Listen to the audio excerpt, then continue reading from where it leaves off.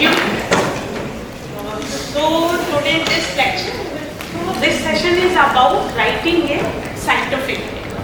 या scientific manuscript आपको कैसे लिखें. सो आई थिंक कि ज़्यादातर MD स्टूडेंट्स हैं यहाँ पर, तो रिसर्च कर रहे होंगे and then they are ready for writing a research paper, है कि नहीं है? तो हम लोग आज देखते हैं कि एक रिसर्च पेपर में it is very long topic actually. जो हमारी अपनी ट्रेनिंग हुई है 5 days, तो मैं सोची थी 5 days को हम कैसे 1.5 hour में कवर कर ले, and I will try my best. Otherwise मैं अपना पावर पॉइंट छोड़ जाऊंगी. बहुत सारी चीजें आप देख सकते हैं उसमें किस तरीके से हैं, लेकिन जस्ट एक ग्लिम्पस आई विल गिव यू कि कैसे एक आपको अच्छा साइंटिफिक मैन्युस्क्रिप्ट आप लिख सकते हैं. ओके, आगे मूव कर लेते हैं. अच्छा okay, sorry. So it is true that quality of a research paper depends primarily कि आप अपनी रिसर्च कैसे करते हैं. तो आपने अपनी थीसिस कैसे की हुई है, your research paper will depend on it. तो आप अभी अगर इस प्रोसेस में हैं तो अपना रिसर्च जो है वो अच्छे से करिए, then you can write a good research article for it. तो बहुत अच्छे टाइम पे डॉक्टर साहब ने आपके लिए ये CME ऑर्गेनाइज कराई है कि आप देख सकते हो कि इस वक्त हमने अपने रिसर्च पेपर्स लिखने के लिए आप देख सकते हो कि हम अपनी थीसिस में या रिसर्च में कहाँ पर गैप्स हैं हमारे, हम उसको आइडेंटिफाई कर लें और कर लें. So however in most cases individuals find it difficult to write. मैं जो अपनी MD करने के बाद में 3 साल तक सोचते रहते थे कि लिखें या ना लिखें. अभी भी मेरे 2 या 3 प्रोजेक्ट्स पड़े हुए कि जब फुर्सत मिलेगी तब लिखेंगे. तो बहुत डिफिकल्ट है to write a paper informatively about their study और translate the outputs of studies into accessible publications. Key obstacle क्या है? Lack of confidence. MD के बाद में थोड़े दिन लगेगा, पर्टिकुलरली उन लोगों को जिन्होंने अभी तक राइटिंग स्किल्स अपने डेवलप नहीं किए हैं, उनके लिए लैक ऑफ कॉन्फिडेंस है and unfamiliarity with processes required in preparing a paper for publication. तो ये आज आप सीखेंगे कि क्या क्या प्रोसेस में आपको चाहिए लिखने के लिए. तो राइटिंग के पहले मैं कहूंगी कि बहुत जरूरी है राइट करने से पहले सारे HOD सारे प्रोफेसर आपसे कहेंगे लिखो पेपर लिखो, लेकिन उसके पहले जो आप 3 साल कर रहे हैं दैट इज पढ़ो. जब तक आपने पेपर पढ़ा नहीं है, रीड नहीं किए हुए हैं, आपके जर्नल क्लब आपने नहीं प्रेजेंट किए हैं, सेमिनार्स नहीं अटेंड किए, कॉन्फ्रेंसेस में आपने दूसरों के पेपर्स नहीं सुने हैं, तब तक एक अच्छा आर्टिकल लिखना मुश्किल होता है. ऐसे तो है नहीं कि कोई पैदा हुआ है, कुछ लोग पैदा हुए विद राइटिंग स्किल्स के साथ. But if you want to hone your skills तो आपके लिए जरूरी है कि पढ़ें कैसा दूसरे लोग लिख रहे हैं. लैंसेट में कैसा लिखा जा रहा है, न्यू इंग्लैंड जर्नल में कैसा लिखा जा रहा है. बहुत सारे हैं जिनकी इंग्लिश नहीं अच्छी होगी और हमारी मजबूरी है कि we have to write in English. तो इंग्लिश नहीं अच्छी तो इससे कॉन्फिडेंस लूज नहीं करना. आप जितना पढ़ेंगे उतना आपको समझ में आएगा कैसे वर्ड्स यूज किए जाते हैं, कैसा ग्रामर यूज किया जाता है और क्या स्टाइल है लिखने का. तो अच्छे जब भी जर्नल पढ़िए. हम लोग क्या गलती करते हैं ड्यूरिंग आवर जेसीस कि सबसे इजी जो लगता है ना, जो एक लोकल पेपर है उसको रिसर्च आर्टिकल को लाकर प्रेजेंट करने लगते हैं. तो फिर वही प्रॉब्लम है कि जब एक बुरा पेपर आपने पढ़ा है तो बुरा ही पेपर लिखेंगे, आउटपुट होगा. तो just go for good research paper, good journal, उसको सेलेक्ट कीजिए, उसको 3 साल मेहनत कीजिए एंड 3 साल बाद आप उससे बढ़िया पेपर लिख पाएंगे. सो मेरा submission of low quality stress for editors and reviewers भी है. अभी लास्ट वीक मेरे कैंडिडेट ने मुझे पेपर भेजा कि मैडम ये पेपर भेज दें, and it was just a copy and paste of the thesis work. मैंने कहा रिव्यूअर वहीं से क्लिक किया, सीधे हमारे डिपार्टमेंट में आके गिरेगा कि ऐसा आर्टिकल्स मत लिखें. तो it is a stress for, क्योंकि उन्हें पढ़ना and they are not paid person, editors या रिव्यूअर्स हैं, तो यहीं से हमारा पेपर जो है वो रिजेक्ट हो जाता है और हम जो है ये सोचते हैं कि अच्छे जर्नल्स तो हमारा पेपर छापते ही नहीं है. सो क्वालिटी ऑफ वर्क होनी चाहिए. हाउ फ्रीक्वेंटली डू मैन्युस्क्रिप्ट आपके रिटर्न कर देते हैं, क्या क्या रीजंस हैं पुअरली रिटन जो है या एक्सेसिव जार्गन के संग हम भेजते हम सोचते हैं ना, अभी जैसे सर ने बोला कि बहुत अच्छा ग्रामर, इंग्लिश के बहुत अच्छे अच्छे वर्ड्स जार्गन हम भेज देंगे तो वो एक्सेप्ट कर लेंगे क्योंकि वो अमेरिका में बैठे हुए लोग हैं या ब्रिटिश लोग, लेकिन ऐसा नहीं होना है। देन आपके इनएडिक्वेट या इनअप्रोप्रिएट प्रेजेंटेशन हम करते हैं, टेबल फिगर्स अपनी किस तरीके से बना रहे हैं, ओवर एक्सेसिव है या बहुत कम है आपकी, ये देखता है। And poor description of study design, that is very important in A research paper कि आप जो बैठल वाला सेक्शन है वो कैसे लिखते हैं। अभी हम लोग आगे की स्लाइड्स में देखेंगे कि why it is that important. So एक अच्छा मैन्युस्क्रिप्ट कहता है कि क्लियर होना चाहिए आपका, यूजफुल होना चाहिए एंड एक्साइटिंग साइंटिफिक मैसेज होना चाहिए। जस्ट जब आप इंटरनेट पर देख रहे हैं, when you are going through internet, आप सर्च कर रहे हैं तो सबसे पहले आपको क्या अट्रैक्ट करता है, क्या अट्रैक्ट करता है? किसी आर्टिकल आप कोई सर्च पर गए तो सबसे पहले क्या अट्रैक्ट करता है? That is title, and title is giving you message. तो आपका मैसेज कैसे flows in a logical manner, अभी डॉक्टर रतन ने दिखाया था कैसे फ्लो जाना चाहिए, हम लोग भी इसको देखेंगे। एक लॉजिकल मैनर में चलना चाहिए, हैज़र्ड मैनर में आप मत भेज दीजिए अपने पेपर को, and it written in a style that transmits the message clearly. So plan करना, आज आप प्लान कर रहे हैं कि मेरा पीछे तो अभी डॉक्टर रतन ने भी 3 पॉइंट्स इसके बताए हैं, why I am doing this article, why I am going for this article. Just अपने से क्वेश्चन पूछ लो लिखने से पहले कि मैं क्यों लिखने चाहता हूँ इस क्वेश्चन पेपर को, what do I want to say. आपने पूरी थीसिस कर ली, थीसिस तो आप ऐसे पेपर नहीं दे रहे, उसमें से 2 या 3 पेपर्स आप लोगे, या आपने कोई चीज सोचा है लिखने के लिए, प्रोजेक्ट किया है, रिसर्च स्टडी की है, तो जस्ट आप थिंक कीजिए what do you want to say, या मेरा मैसेज क्या है फॉर द साइंटिफिक कम्युनिटी के लिए, हु इज द ऑडियंस। तो डिफरेंट जर्नल्स होंगे, डिफरेंट ऑडियंस होंगे, आप प्रोग्राम मेकर्स को बताने जा रहे हैं, who want to tell policy makers के लिए बताने जा रहे हैं, आप अपनी कम्युनिटी मेडिसिन सर्जरी के लोगों को बताने जा रहे हैं, किसके लिए ये पेपर है useful, that is also very important thing. And what is the best way to say it, आप किस तरीके का फॉर्मेटिंग चाहते हैं इसके लिए, आप केस रिपोर्ट चाहते हैं, आप ओरिजिनल आर्टिकल चाहते हैं, आप रिव्यू आर्टिकल चाहते हैं, ये सब आपको प्लानिंग करनी पड़ेगी before giving your message. And where would I say, किस टाइप के पब्लिकेशन में आप इसको भेजेंगे। तो just before writing paper planning करना is very important. Then anatomy of a manuscript, सब लोग ने पढ़ा है, सब लोग जानते हैं, just go through quickly, I will just go through it. Title page होना चाहिए हमारे पास में, एब्स्ट्रैक्ट, जो हमारे सेक्शंस हैं वो मैंने 1 2 3 4 में दिए हैं, introduction, methods, results and discussion.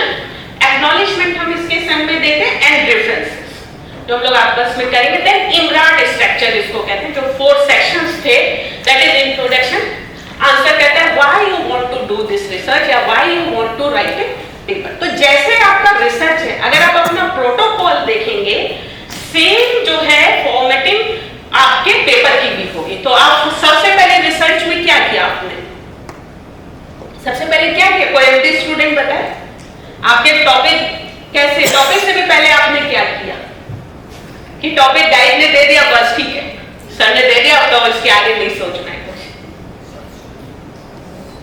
तो आप जब अपना रिसर्च प्रोटोकॉल लिख रहे थे तभी आप सोचते हैं ना कौन से टॉपिक पे काम करूं, क्यों इस टॉपिक पे काम करूं। डॉक्टर साहब ने तो बोल दिया गॉल ब्लैडर पे काम करना है, डॉक्टर साहब का बहुत फेवरेट सब्जेक्ट है कि गॉल ब्लैडर के ऊपर कुछ काम करेंगे, आप तब आप सोचोगे ना कि क्यों हम इस पर काम करें। That will give you introduction कि why I want to this study, या हमने क्यों ये पेपर या ये मैसेज हम अपनी साइंटिफिक कम्युनिटी को why we want to give. Then methods में आंसर आते हैं कि when, where, how and how much, that is about your methodology. क्या आपका सैंपल साइज है, क्या आपकी सैम्पलिंग है, क्या आपका स्टडी पीरियड है, ये सब चीजें आप अपने मेथड्स में लिख दो। रिजल्ट्स, आंसर व्हाट, आपने कर तो लिया, पूरा एक्सपेरिमेंट कर लिया, अब क्या आया, ठीक है, that is result. And discussion, so what, ये रिजल्ट आया तो मेरी हाइपोथेसिस रिफ्यूट हुई, एक्सेप्ट हुई, तो क्यों हुई।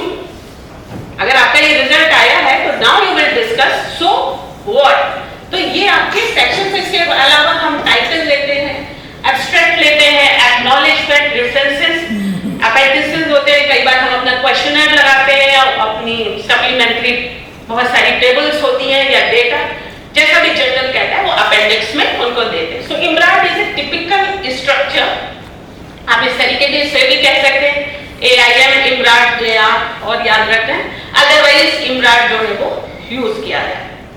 देन टाइटल पेज, फर्स्ट बहुत इंपॉर्टेंट चीज है, मैं जैसे बताया कि फर्स्ट आपका टाइटल ही कहता है कि आप इस चीज को पढ़ेंगे, आपका जो रीडर है वो पढ़ेगा कि नहीं आपका, it all depends your title. बहुत सारे journal you will go to search through this title, केवल क्या टाइटल है उसी से आप सर्च इंजन पे डाल के सर्च कर ले। सो आर्टिकल टाइटल बहुत बड़ा नहीं होना चाहिए, it should be short, 10 to 12 words, इससे ज्यादा मत रखिए कभी भी टाइटल को। ऑथर्स नेम इसके साथ में आपको चाहिए, इंस्टीट्यूशनल एफिलिएशन, जितने भी आपके ऑथर्स हैं, यहाँ ऑथरशिप को मैं नहीं एक्सप्लेन कर रही हूँ कि ऑथरशिप में आप किस किस को ऑथर में रखेंगे, किसको नहीं रखेंगे, दैट इज अनदर इशू, वो भी जाएगा आपको। तो ये भी ध्यान में रखना, जो डिफरेंट जर्नल्स आपने देखे होंगे, दे ask for the contribution of various authors, जो आप उसमें देते कि इन्होंने क्या कंट्रीब्यूट किया। इसके बाद में contact information for corresponding author, जिससे भी जो आपका जर्नल है कॉरेस्पॉन्डेंस करेगा उसका देना। Financial and equipment support, it is there, तो आपको लिखना है कि आपको मिला है, ICMR से मिला है, आपको IITR से मिला है, कहीं से भी जहां से भी सपोर्ट मिला है इसको, या किसी कंपनी ने आपको दिया है, तो just disclose it there. And conflict of interest, that is very important, अगर है फाइनेंशियल एफिलिएशंस हैं, if any of the authors, मान लीजिए आपने कोई भी वेंटिलेटर है, मान लीजिए यू आर वर्किंग कुछ वेंटिलेटर में, और वेंटिलेटर किसी कंपनी ने आपको दिए, तो आप लिखोगे कि मेरा इससे फाइनेंशियल एफिलिएशन है इस ऑथर का। अदरवाइज कॉन्फ्लिक्ट ऑफ इंटरेस्ट होता है, आपके उसके पक्ष में दे दिया अपनी स्टडी को, तो कॉन्फ्लिक्ट ऑफ इंटरेस्ट हो जाएंगे। और अगर आपके if there is no financial affiliation, तो आपको it is not important to write conflict of interest, की आपको नहीं लिखना कि आई एम इनोसेंट हूं and there is no conflict of interest. ज्यादातर journals none conflict of interest none just करके यू कैन गो अहेड।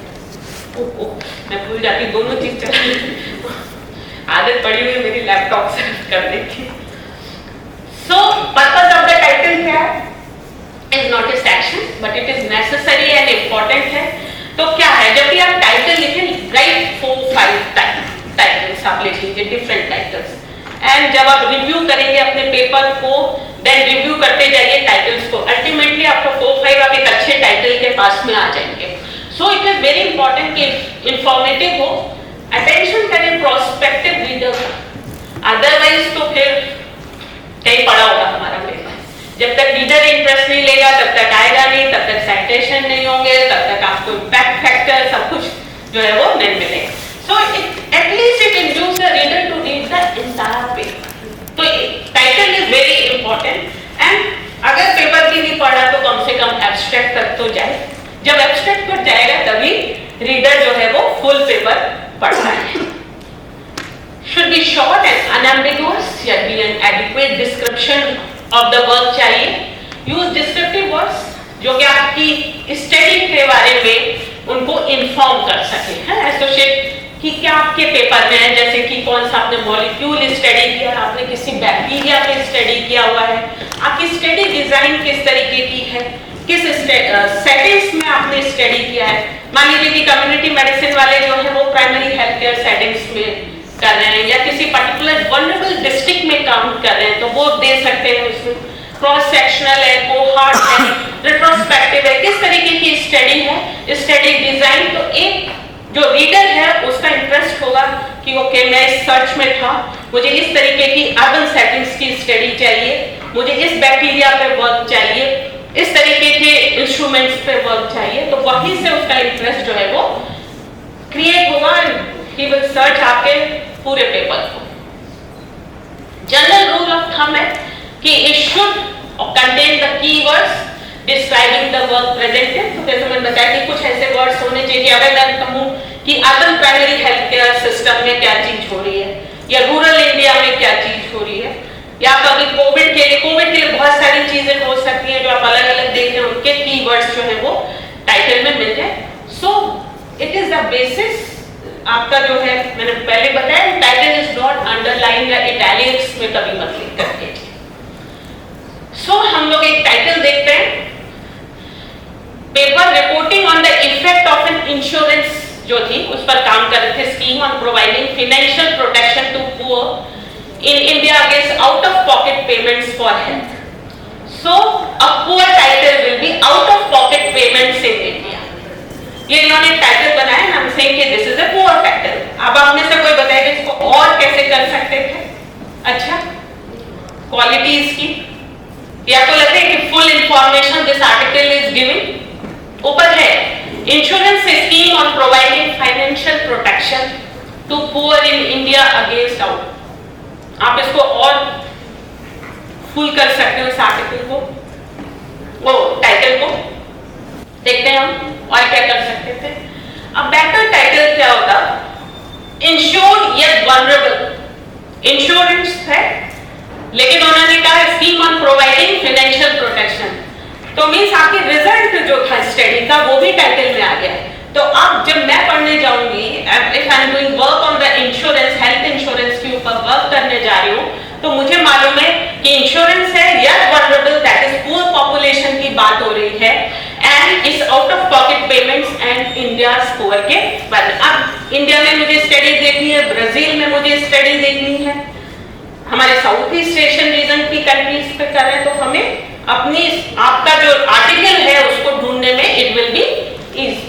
एक और देखते हैं, if your title is moisture output of two humidification system. आपके पास में दो ह्यूमिडिफिकेशन सिस्टम है and you want to see कि क्या उनका मॉइस्चर आउटपुट है, तो आपको कैसा लगता है? ये आपने पेपर का टाइटल दे दिया, ये फुल है या ये कंप्लीट है या इनकम्प्लीट है?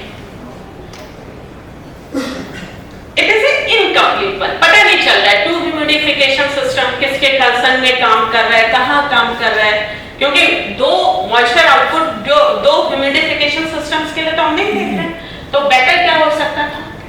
और देखते हैं, moisture output of two humidification system for use with mechanically ventilated patients.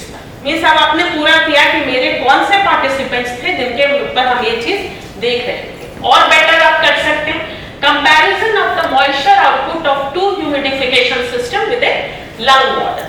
तो आप जब शुरू में टाइटल मत लिख लीजिए, जब भी आर्टिकल लिख रहे हैं आप लिख लीजिए, तो जब आप पूरा आर्टिकल पढ़ लीजिए अपना ही लिखा हुआ, तब आपको समझ में आएगा कि इसके टाइटल्स क्या बने। तो या तो आप 4 to 5 लिख लीजिए टाइटल्स एंड उनको काटते रहिए। सर ने अभी पहले दिखाया था, बड़ा परेशान था, टाइपिंग किए जा रहा था, तो आप काटते रहिए, फिर लिखिए, फिर काटते रहिए, फिर लिखिए। तो it is just like a novel आप लिख रहे हो ना, उसी की तरह। चेतन भगत को कम टाइम नहीं लगता है करने में, साल में एक ही नॉवल निकालता है। तो जो पेपर जैसे कहा जाता है कि पेपर हमने 300-400 लिख लिए, तो मैं नहीं मानती। हम लोग साल में 1 या 2 अच्छा पेपर लिख लें, बहुत बड़ी बात। So title things to do is write simple, concise but informative होना चाहिए, ये ध्यान रखिए। Aim at being interested and eye-catching, be accurate and specific, state subject in full, specify study designs, animal species, interesting हो जाएगा, and ensure grammatical correctness, and state results जैसे मैंने अभी आपको एक एग्जाम्पल दिया। Then things to avoid while writing paper, use abbreviations। अगर बहुत ज्यादा well accepted well known abbreviations है देन यू कैन यूज। जैसे मान लीजिए कि हमारे यहाँ पर एक ICD integrated child development scheme है, वेल एक्सेप्टेड है फॉर द नेशनल लेवल। अगर हम नेशनल जनरल में भेज रहे हैं, नेशनल ऑडियंस को ध्यान में रखें, देन वी कैन राइट। तो अगर वेल एक्सेप्टेड है तब आप लिखिए, अदरवाइज एक्सप्लेन कर दीजिए। इंटरोगेटिव या एक्सक्लेमेटरी टाइटल्स कुछ जनरल सभी लिख रहे हैं, काफी अच्छे भी लगते हैं पढ़ने में, लेकिन अवॉइड करें उसको। And not use all Capitals, तो आपको अवॉइड करें। नेक्स्ट इंपॉर्टेंट है दैट इज एब्स्ट्रैक्ट। तो जितनी मेहनत पेपर लिखने में आती है उससे ज्यादा मेहनत हमें एब्स्ट्रैक्ट लिखने में आती है, क्योंकि 98% लोग केवल एब्स्ट्रैक्ट पढ़ते हैं. अगर आपका एब्स्ट्रैक्ट उसको अच्छा नहीं लगा तो they will never go through your full article. तो अगर एब्स्ट्रैक्ट में आपने कितनी मेहनत की है, that is very important. It is a brief, accurate and comprehensive summary of the contents of the article. बस कंडेंस फॉर्म है आपके पूरे आर्टिकल का. विदाउट एडेड इंटरप्रिटेशंस हमें यहाँ नहीं करने, या क्रिटिसिज्म जो है वो यहाँ पर नहीं करने. Place at the beginning of the आपको मिल जाएगा article. It helps readers to know the brief content of your article. So क्या है इसकी importance? Make or break decision point for editors. जो editorial review में जाता है, केवल abstract के ऊपर आपका reject हो जाता है. हम reviewers के पास भी जो आता है तो हमें केवल पहले जब हम उसको कहते हैं कि हम acceptance कर रहे हैं for review के लिए, तो केवल abstract दिखाते हैं. एब्स्ट्रैक्ट के ऊपर भी हम कहते हैं कि हम इसे रिव्यू करेंगे या रिव्यू नहीं करना चाहते. तो it is first impression about your paper for reviewers का है, वो करेंगे कि नहीं. It enable readers to identify the basic content.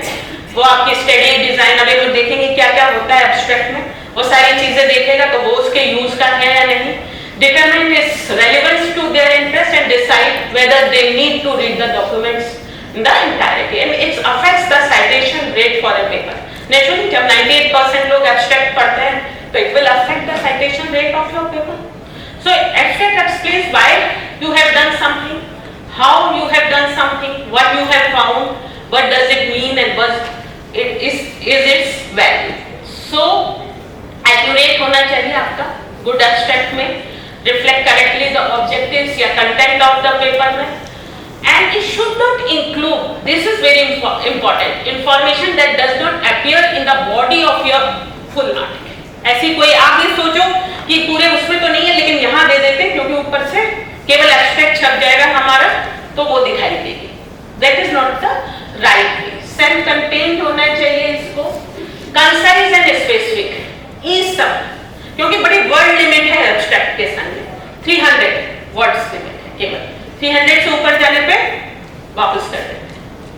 अच्छे जर्नल्स 300 से ऊपर गया तो वो लोड ही नहीं होगा, आपका पेपर ही लोड नहीं होगा, तो प्रॉब्लम हो जाती है. So each sentence should be as informative as possible. तो बड़े कंजूस होकर हमें भी देखना पड़ता है कि कैसे इस सेंटेंस को हम कितने छोटे में यूज कर सकते हैं.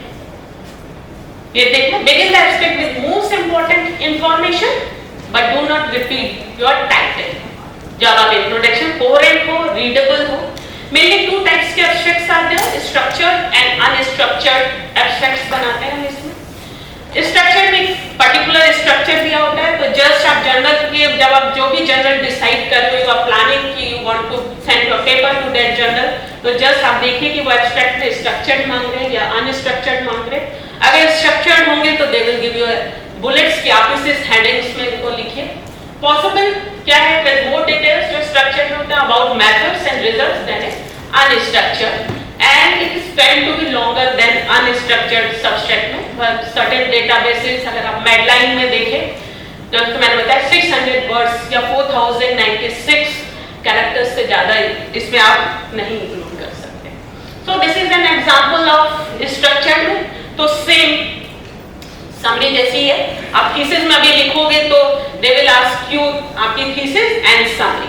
तो जो समरी थीसिस के लिए है दैट इज जस्ट आपकी थीसिस आएगी, अगर रिव्यूअर एग्जामिनर के पास में जाएगी तो ही और she will not go through the entire thesis first क्या करेगी, वो केवल समरी देखेंगे आपका. समरी अगर इंटरेस्टिंग है तो जाएंगे, नहीं तो आपको पास फेल हो सकता है कि एब्स्ट्रैक्ट से ही करेंगे क्योंकि आपका एब्स्ट्रैक्ट की आपकी समरी कुछ नहीं बता रही है. तो बहुत ही टाइम लेकर अच्छे से समझकर आप अपने थीसिस के लिए 600 वर्ड्स तक मिल जाते हैं समरी लिखने के लिए. आप उसको लिखिए एंड देन उसको भेजिए, क्योंकि आपकी thesis is not you are going to win a Nobel prize for that. ऐसा कुछ नहीं होने वाला है. आपकी थीसिस इज जस्ट फॉर कि आप कैसे लिखिए. ये 3 साल आपको केवल करा रहे हैं प्रैक्टिस कि आप कैसे एक अच्छी थीसिस, अच्छा डॉक्यूमेंट और एक अच्छा पेपर जो है आप लिख सकते हैं. तो इसको पूरा यूज कीजिए अपने इस टाइम पर. सो टाइटल, बैकग्राउंड, मेथड्स में क्या डिजाइन है, कौन से पेशेंट्स एंड पार्टिसिपेंट्स थे, इंटरवेंशन, मेन आउटकम या एंड पॉइंट आपका क्या है, क्या स्टैट एनालिसिस आपने यूज की है, रिजल्ट्स देना, या कितने ड्रॉप आउट्स हुए अगर आपकी कुछ एक्सपेरिमेंटल इस तरीके की है, प्राइमरी आउटकम्स क्या थे, जस्ट आप पॉइंट एस्टिमेट 95% कॉन्फिडेंस इंटरवल के संग में, P value, main side effects क्या हुए, conclusion, keywords 5 to 10 in number, most relevant जो पबमेड में मैश हेडिंग्स में हो उनको यहाँ पर ये दिया है। आपके पास स्लाइड में आप देख सकते हो कि किस तरीके से लिखा जाता है इसको। अनस्ट्रक्चर्ड में in the same order as the body of the paper आपने लिखी, उसी ऑर्डर में ये जाता है। And some sections of the paper contribute more detailed information to the abstract while other sections can almost be skipped. So typical paper एक biomedicine का होता है, will use most of the abstract space for results के लिए करते हैं। लेकिन medicine more related अगर हम सोशल साइंसेस की या एपिडेमियोलॉजी का पेपर लिख रहे हैं या मैनी सब फील्ड्स ऑफ नर्सिंग में जा रहे हैं, देन इंट्रोडक्शन में डिजर्व मोर एब्स्ट्रैक्ट स्पेस। वहां पे क्यों, why we are doing this study, वो उसको हमको ज्यादा तवज्जो देनी पड़ती है। So this is an example of unstructured जो हमारा एब्स्ट्रैक्ट होता है, वो किस तरीके का होता है। वो आपको हो सकता है मेथड्स एंड रिजल्ट टेक में ही चले जाए, इसमें बहुत सारी चीजें हो सकती हैं, लेकिन ज्यादातर जो पब्लिकेशंस या जर्नल्स हैं they ask for structured abstract के लिए। सो कॉमन मिस्टेक्स हम क्या करते हैं, होल्डिंग बैक सिग्निफिकेंट पॉइंट्स और इंफॉर्मेशन, try to get reader to read the article. अगर आपको लगे, that's why it is very important आप पूरा आर्टिकल लिख लीजिए, देन गो फॉर एब्स्ट्रैक्ट। शुरू में मत लिख लीजिए कि मैं तो रिसर्च करके क्या मैंने लिखा है। जब आपको अपने पूरे आर्टिकल में इंपॉर्टेंट, मोस्ट इंपॉर्टेंट जो इंफॉर्मेशन है और जो आप चाहते हो कि आपकी साइंटिफिक कम्युनिटी के पास में, गवर्नमेंट के पास में, पॉलिसी मेकर्स के पास में जिस पर पिन पॉइंट करना चाहते हो, वो आप यहाँ पर दीजिए, including references. No need to include any references. अगर आपके लिए कॉन्फ्रेंस में उन्होंने पूछा है कि आप putting your abstract for conference के लिए, अगर they are asking only in that case put references there and including paragraphs। कभी नहीं एब्स्ट्रैक्ट एक पैराग्राफ है पूरा 300 वर्ड्स में, आप उसको पैराग्राफ्स में नहीं लिख सकते। तो ये लिखते वक्त में ध्यान दीजिए, मोस्टली मैंने बताया 300 वर्ड्स में लिखना होता है। कुछ आपकी यूनिवर्सिटी कर सकती है, they can allow you to write 2 or 3 paragraphs, if they are allowing you can write, otherwise single and 300 words। thesis या dissertation में about 600 words में आप इसको लिख दीजिए। then basic introduction sentences। the lead sentence of an abstract should not be too general, it should include the topic of your paper।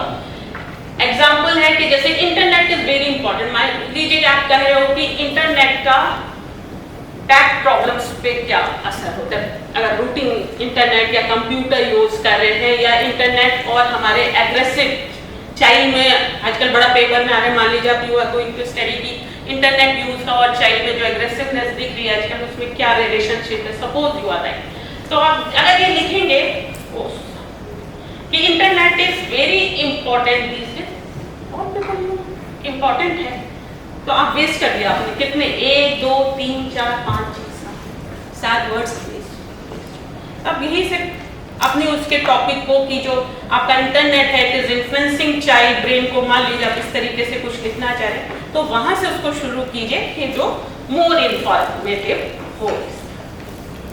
Then using the same sentence for the first line of abstract and the first line of your introduction. Easy लगता है, हमें भी, मुझे भी बड़ा tempting लगता था, यही कॉपी पेस्ट कर देते हैं।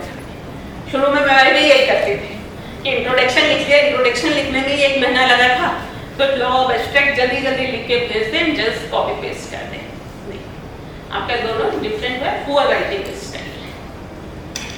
सो steps in review rules of conference और journal where you are sending your abstract, word limits क्या है, स्ट्रक्चर क्या है, review your article, that is very important. तो आप लास्ट में लिखोगे अपने एब्स्ट्रैक्ट को, शुरू में नहीं, कि पीसेस क्या है इन इंफॉर्मेशन में, मैथड्स में, रिजल्ट में, कंक्लूजन में, रिकमेंडेशंस में, क्या आपके की पॉइंट्स हैं, जस्ट अंडरलाइन, फिर कट कीजिए, फिर अंडरलाइन कीजिए, फिर कट कीजिए, अंडरलाइन कीजिए, जब आपको अल्टीमेटली लगे कि नहीं this is the key information, तभी आप लिखिए। तो आपको जरूरी है देखना कि कौन लोग मेरे आर्टिकल को पढ़ रहे हैं। दिस इज वेरी इंपॉर्टेंट कि ऑडियंस कौन होगा मेरे आर्टिकल का, तभी आप उसको सोच के लिख सकते हैं। Exact findings and data from report bullet form में आप लिखते जाइए। जब भी अपना आर्टिकल लिखने की ये मुझे बताना है, इस पे जो है वो मुझे बार बार फोकस करना है। Develop and outline build around your data, right and revise and revise and revise.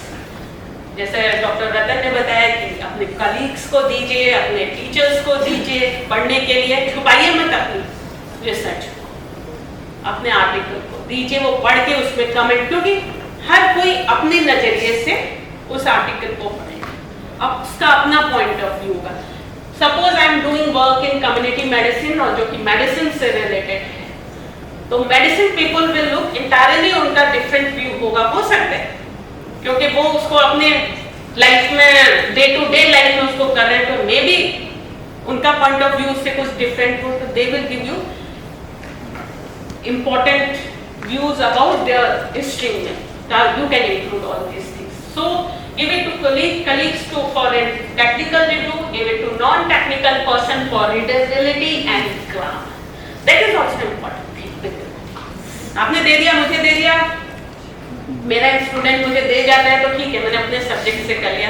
Grammar पढ़ने का तो मेरे पास टाइम ही नहीं, तो ग्रामर पढ़ानी है या एक ले पर्सन, मान लीजिए बहुत सिंपल, बहुत ही सिंपलेस्ट है हमारी उसमें कि IYC प्रैक्टिसेस पे, चाइल्ड फीडिंग प्रैक्टिसेस पे हम चला रहे हैं। हो सकता है कि कोई जर्नलिस्ट उसको पढ़ना चाहे, कोई और उसको पढ़ना, कोई आर्ट्स का स्टूडेंट उसको पढ़ना चाहे, कोई MBA स्टूडेंट्स उसको पढ़ना चाहे, तो कैसी रीडेबिलिटी किस तरीके की है उसकी, that is also very important. तो आप किसी नॉन टेक्निकल पर्सन को उसको पढ़ने के लिए दीजिए कि वो उसको पढ़ पा रहा है या नहीं, उसकी समझ में। मैं तो बहुत अच्छा है कि मैं अपनी सिस्टर को दे देती हूँ, शी इज एविड रीडर, और मैं उसको हमेशा जो है वो मेल कर देती हूँ कि just go through this paper, तो दोनों मेरे करके देती है कि ग्रामर कैसी है, और उसकी समझ में नहीं आया तो मिस की नहीं आएगा, मतलब एक जनरल पॉपुलेशन की समझ में आपका पेपर नहीं आएगा। तो एक दो आपके ऐसे फ्रेंड्स होने चाहिए जो नॉन टेक्निकल एरिया से हो और आपके लिए इतनी मेहनत करें,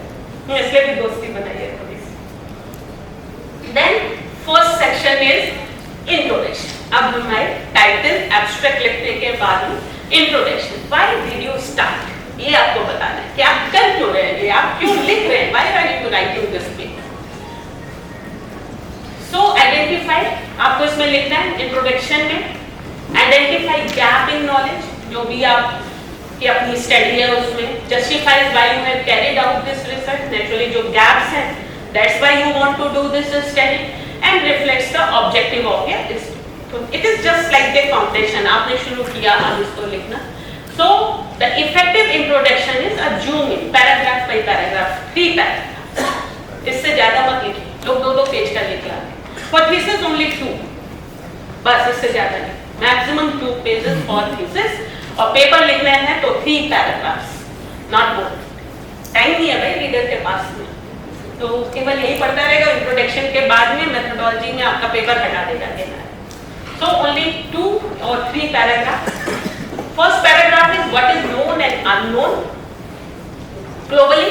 अगर आपका ग्लोबली कुछ है पेपर में, इट विल डिपेंड कि आपका पेपर किस उस पर है।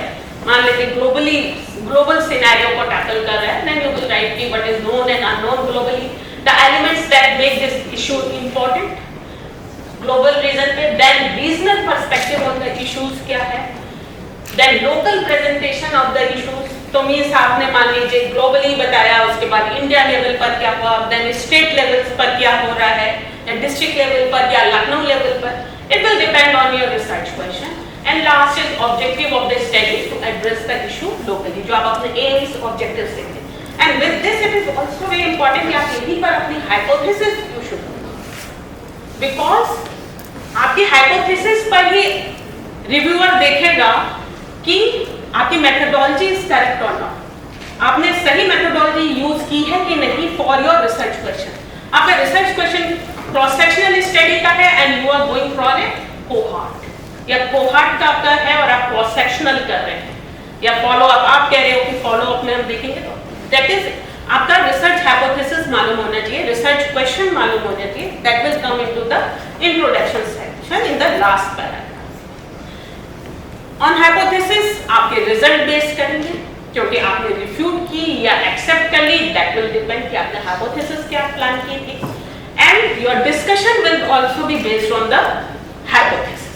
आपने अपनी हाइपोथेसिस को आप रिफ्यूट करो, एक्सेप्ट करो, और स्टडीज क्या कर रही हैं, आप उसके लिए कोई साइंटिफिक रीजंस दे रहे हो, that will based on your hypothesis. So hypothesis is very important. आप इंट्रोडक्शन में ऑब्जेक्टिव, आपके aims, objective, research question, hypothesis, ये सारी चीजें मिलकर आनी चाहिए। So zoom in from the general to the specific. तो इन्वर्टेड ट्रायंगल, हाँ, This clarified hypothesis. This clarified hypothesis. Hypothesis. Okay. The hypothesis is itself a long subject. अगर मैं यहाँ करूँगी, मैं आपको मैं सोचती हूँ हम लोग अगर इसके बाद भी उसमें मिलते हैं तो बताते हैं, हाँ, otherwise it will be out of context. अभी तो हम फर्स्ट सेक्शन पर हैं। I will clear. Okay, zoom in from the general to the space to inverted triangle है इंट्रोडक्शन का। आप जनरल से आए और specific towards your objectives and hypothesis की तरफ पे चले आए। Critically review what is known and unknown, that is flag the gaps in the knowledge. हाँ, इसमें हम लोग बहुत लेजीनेस करते हैं, देखना ही नहीं चाहते हैं आर्टिकल्स को, तो आप उसको सर्च कीजिए, देन राइट इट। और यहाँ भी बड़ा स्पेसिफिक होना है और बहुत कंसाइज, क्लियर, बिल्कुल आपको यहाँ पे लिखना है। Then make it natural that the study had to be done and with the objective and document facts with the references अगर आपने यूज किए हैं। देन डोंट्स क्या है? Write endlessly to fill pages. Research article कितने page का होना चाहिए, उसकी भी लिमिट्स जो आप भेजते हैं 10 to 12 पेज डबल स्पेस में चल सकते हैं, इससे ज्यादा नहीं। लोगों के 20-20, 25-25 पेज के आते हैं, और आपकी thesis not more than 90 pages, इससे ज्यादा की नहीं होनी चाहिए। तो पहले तो नंबर कट जाते थे हमारे टाइम में, आप नहीं काटते हम लोग। अदरवाइज अगर 90 से 91 पेज हुआ तो डिटेक्ट कर। So write endlessly to fill pages, avoided during writing. Introduction बहुत लगता है, इतना सारा पढ़ा है इंट्रोडक्शन, ये ऐसा हुआ फिर ऐसा हुआ, कहानी लिखनी है तो लिख डालो। जनरल अनडॉक्यूमेंटेड स्टेटमेंट्स मत लिखिए, और जो यूनिवर्सली नोन है उन वर्ड्स को भी, सेंटेंसेस को भी मत लिखिए अबाउट रिसर्च। इसमें focus exclusively on burden of disease, review the literature in details, plagiarism, cut and paste, बहुत टेम्पटिंग है लेकिन नहीं करना है यहाँ पर। And provide excessive irrelevant historical details, 50 years back क्या हुआ था, 25 years बैक क्या हुआ था, जस्ट आप अपने एम्स और उस पर। So this is ultimate Nobel prize winning introduction था डीएनए के लिए। मिलेगा आप देख सकते हो, बस इतना इंट्रोडक्शन है कि we wish to suggest a structure for the salt of deoxyribose nucleic acid DNA. This structure has novel features which are considerable biological importance. बस इतना इंट्रोडक्शन, वन पैराग्राफ। तो ये नोबेल प्राइज विनर जो रहे उनका लिखा हुआ है। तो जितना छोटा आर्टिकल आपका, जितना छोटा, जितना कंसाइज, स्पेसिफिक, क्लियर लिखा होगा, उतना एक्सेप्टेबल होगा। हम सोचते हैं हमने तो इतना कुछ लिखकर भेजा था और रिव्यूअर ने जाने गधाए रिव्यूअर, या अपनी पसंद के लोगों का छापता है ये रिव्यूअर, ऐसा नहीं है। Then next section is method section. What did you do? This is very most important part है इस सेक्शन में। रिव्यूअर सबसे पहले आपके एब्स्ट्रैक्ट के बाद में मेथड सेक्शन कि आपने क्या मेथडोलॉजी ली है, उसको आपकी हाइपोथेसिस मालूम चल गई कि आपका क्या हाइपोथेसिस थी, क्या आपका research question objectives is very clear. तो now you will go to your methodology. अगर मेथडोलॉजी अच्छी है तो पेपर आगे बढ़ने की कोशिश करता है। So in methodology you will write what did you do, आपने क्या क्या किया। So goal is to describe how you did the study with enough details so it could be replicated. This is very important कि आपने study की है, वो study दूसरा रेप्लिकेट कर सके। गोल्ड पॉइंट तो इसी तरीका है मेथडोलॉजी का, आपने जैसे जैसे सेलेक्ट किया वो भी कर सके। उसको एक चीज इसका मतलब है कहने का कि उसको एक एक चीज क्लियर हो कि कैसे आपने पार्टिसिपेंट सेलेक्ट किए, कैसे इनरोल कर लिए अपनी स्टडी में, किस तरीके से उनको आपने, अगर आप आरसीटी कर रहे हैं तो कैसे आपने उनको 2 आर्म्स में या 3 आर्म्स में रखा, कौन से लोग करे कौन से लोग नहीं करे आपने इंक्लूड स्टडी में। तो आपको ये अपनी मेथडोलॉजी में बहुत क्लियरली लिखना होगा। And I think it is easiest section of the paper two right, क्योंकि आप ऑलरेडी कर चुके हैं ना ये काम, लेकिन जब लिखने बैठे इट इज डिफिकल्ट अगेन कि इतनी सारी चीज तो हमने की थी और अब छोटे से में कैसे लिख दें इसको। सो the reader can understand the representativeness of the sample, weaknesses and strengths of the study can be taken। आपकी मेथडोलॉजी से उसको क्लियर होगी कि क्या वीकनेस है आपकी स्टडी में, देन वो रिव्यू करके भेजेगा कि आपकी मेथडोलॉजी उसको एक्सेप्टेबल है या नहीं है, या कहां पर उसको आपकी मेथडोलॉजी सेक्शंस में ही सबसे ज्यादा क्वेरी भी आती है। जब रिव्यू होता है तो मेथडोलॉजी सेक्शन ही सबसे ज्यादा है। कोई नहीं पूछता कि आपने इंग्लिश में कहाँ कर दिया, वो बोल देगा कि इंग्लिश के लिए आप हेल्प ले सकते हैं किसी के, वर्ड में आ जाएगा अगर इंग्लिश को इंग्लिश में हमने लिख दी। लेकिन मेथडोलॉजी में एकदम क्लियर होना चाहिए, जैसे उसको लगे कि पूरी पिक्चर उसके आंखों के सामने से जा रही है, आपकी पूरी जो थीसिस रिसर्च है वो आपका पूरा उसको समझ में आ रहा है। So writing instructions for doing a places लिखकर देखिएगा इसको, मेथडोलॉजी कैसे शू लेसेस बांधने, जस्ट एक सिंपल है। कभी अपने रूम में बैठकर लिखिएगा कि कैसे इसको लिखेंगे इस मेथडोलॉजी को, उसकी पूरा समझ में आ जाए। Some of the reverse problems with the paper, with a paper not because there was a problem with it, क्या उसको लग रहा है, उसको मालूम है कि आपने बहुत अच्छा किया हुआ है मेथडोलॉजी में, there is no problem, but because of how you describe what you did, that is a problem। केवल आपने लिख दिया कि हमने स्ट्रेटिफाइड रैंडम सैंपलिंग यूज की, तो आपने किसको स्ट्रेटा में लिया, कितना सैंपल साइज लिया, कैसे स्ट्रेटिफाइड किया, आपका वो सैंपल आया कहां से आपके पास, that all things are very important। तो एक रीजन हो सकता है हमारे पेपर रिजेक्ट होने का कि प्रॉपर्ली हमने मेथडोलॉजी नहीं की अपनी। तो हेडिंग्स क्या होती है, overall study design you will right, settings में कहां पर है स्टडी सब्जेक्ट्स एंड सैंपलिंग क्या है, डेटा कलेक्शन, मेजरमेंट्स, इंटरवेंशन अगर आपने कोई यूज किए हैं, lab methods, data analysis and interpretation and ethical consideration. That आप इन्हीं हेडिंग्स में पूरी अपनी मेथडोलॉजी को लिखें। जैसे एग्जांपल है we performed a 2-year longitudinal cohort study, तो पता चल गया कि स्टडी डिजाइन क्या है इसकी, of all patients initiated on access कोई भी ड्रग है from Assam infection disease hospital to evaluate factors. तो ये ओवरऑल स्टडी डिजाइन के बारे में बता रहा है। सेटिंग्स आपकी ज्योग्राफी बेस्ड हो सकते हैं, फैसिलिटी बेस्ड हो सकते हैं कि आपने नेशनल स्टेट किसी पर्टिकुलर डिस्ट्रिक्ट में काम किया है, आपने अर्बन रूरल में, आपने किस तरीके की फैसिलिटी पे हॉस्पिटल्स में, क्लिनिक्स में, this is also very important. अब मान लीजिए आपने लिखा कि हमने वॉलंटरी काउंसिल टेस्टिंग साइट्स पर काम किया है HIV पे केसेस के, तो आपको थोड़ा सा एक्सप्लेन करना पड़ेगा कि BCPs हैं क्या। मान लीजिए हमने PSC पर किया and your reader is global कोई पर्सन है, तो दे डोंट नो कि प्राइमरी हेल्थ सेंटर्स इंडिया में क्या चीज, तो आपको थोड़ा सा एक्सप्लेन करना होगा कि किस तरीके की आपकी प्राइमरी हेल्थ सेंटर्स है। या आपने अर्बन स्लम्स में कहा है तो यू हैव टू डिफाइन कि अर्बन स्लम्स क्या चीज है। उसका हो सकता है अफ्रीका में अर्बन स्लम्स कुछ और होते हो, इन इंडिया अर्बन स्लम्स कुछ और होते हो, अमेरिका के अपने डाउनटाउन अपने तरीके के हैं तो उनके कुछ और होते हैं। तो आपको एक्सप्लेन करना पड़ेगा ज्योग्राफी कि आपने कहाँ पे किया, डिस्ट्रिक्ट की आपको पॉपुलेशन, थोड़ा सा जस्ट गिव ए इंट्रोडक्शन कि क्या population, suppose you are doing study on family planning methods आप कर रहे हो, तो क्या बर्थ रेट है, हो सकता है लिटरेसी रेट, अगर आपको अपनी स्टडी में कुछ एजुकेशन, तो जस्ट आपको अपने एरिया से वर्क जो सेटिंग है उससे इंट्रोड्यूस करना पड़ेगा। टर्शियरी केयर हॉस्पिटल हम लोग बार बार लिख देते हैं, tertiary care hospital, medical colleges, तो जस्ट एक्सप्लेन कि क्या चीजें हैं कि ग्लोबल पर्सन इसको समझ। Then study subjects need to understand what population the sample represents, general description of the subjects या case definitions आपको देनी है।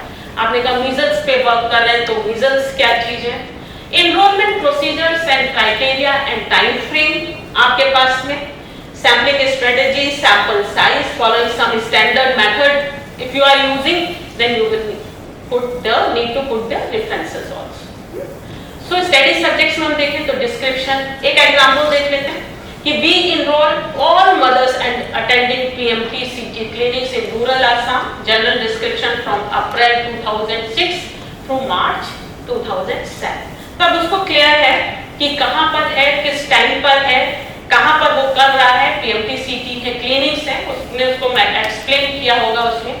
And women were included if they were more than 18 years of age, first time testing during the surveillance period, that is inclusion or exclusion criteria जो है वो आपके explain कर रहा है. What was the sampling strategy? Random sampling थी, किस तरीके की sampling थी? You just explain it there.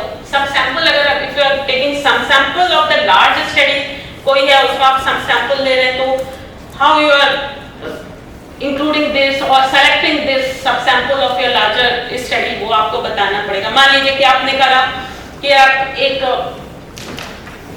General population में करने के बाद आप विमेन को या पर्टिकुलर सेट ऑफ पेशेंट्स को जो इसमें कार्डियोवैस्कुलर डिजीजेस हैं हमें आई है पॉजिटिव, उनको हम लेंगे.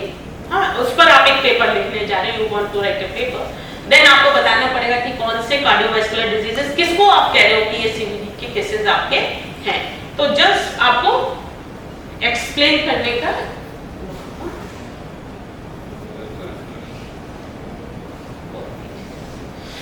देन स्पेशल सैम्पलिंग प्रोसीजर्स हैं. अगर क्वालिटेटिव स्टडी है आपकी, देन यू विल कैसे आपने क्वालिटेटिव डेटा कलेक्ट किया, कौन सा आपका value, date, time, respondent driven sampling की, दैट विल डिपेंड कि your study design is quantitative पे वर्क कर रहे हैं या you are doing a qualitative study. Then whom does the sample represent? Some understanding of the population you have to give to your data. This is often neglected कर देते हैं, but it is very important. हम लोग ज़्यादातर लोग ये काम करते हैं, ऐसा नहीं है. So क्या है? अब हम एक just एक example देखते हैं. We randomly selected 4 schools out of 12 public schools. Suppose हमने study की 12 public schools में, तो उसमें 4 में किया. And in the district there are also 5 private elementary schools. या 5 प्राइवेट स्कूल्स हैं. जैसे मान लीजिए आप यहाँ पे गवर्नमेंट स्कूल्स में वर्क करें, आपके पास 20-25 गवर्नमेंट स्कूल्स हैं और आप उसके अलावा प्राइवेट स्कूल्स भी हैं. So it is estimated that 80% of the school age children less than 12 years of age in the district attend school. तो अब क्या है, अगर आपने ये इंफॉर्मेशन नहीं दी उसको तो रीडर दे डोंट नो कि वहाँ पे प्राइवेट स्कूल्स भी हैं, आपके यहाँ पे स्कूल इनरोलमेंट कितना है. देन आपका जो रिजल्ट है उसको जनरलाइज कर सकते हैं कि नहीं. So this information is very important. It tells you what proportion of schools were sample. 4 out of 12 public schools में आपने लिया या गवर्नमेंट स्कूल्स में से, एंड ओनली पब्लिक स्कूल्स आपके पास स्टडी में जो डिफरेंट सोशियो इकोनॉमिक स्टेटस बताते हैं, and private schools and some out of school children being miss. तो अब आपकी स्टडी कितनी रोबस्ट है ये रिव्यूअर को समझ में आएगा, whether he or should accept it or not. तो ये लेकिन हमें ट्रूथ है अब होना है अपनी स्टडी को बताने के लिए. दिस इज वेरी इंपॉर्टेंट कि हमने छुपा दिया. हमें मालूम है कि हमारी स्टडी के गैप्स है, लैकुना है कि हमने प्राइवेट स्कूल्स नहीं लिए हैं, कुछ स्कूल आउट ऑफ. अब अमेरिका में बैठने वाले को नहीं मालूम है कि आपके यहाँ स्कूल एनरोलमेंट कितना है एडोलेसेंट में, 50 है. आप बताओगे कि गर्ल्स में अभी भी और हो सकता है कि गर्ल्स का तो केवल 30% स्कूल एनरोलमेंट है. तो मीन्स अगर हमने प्राइमरी पब्लिक स्कूल्स में स्टडी की है तो इतनी तो गर्ल्स आई नहीं किसी तरीके से, और जो हमारे प्राइवेट स्कूल्स हैं वो भी हमने कवर नहीं किए. तो दिस जो भी आपके स्टडी के रिजल्ट्स हैं ये पूरे उस पर नहीं लग सकते. तो यू हैव टू एक्सप्लेन कि आपकी डिस्ट्रिक्ट की, आपकी स्टडी सेटिंग की क्या कंडीशंस हैं.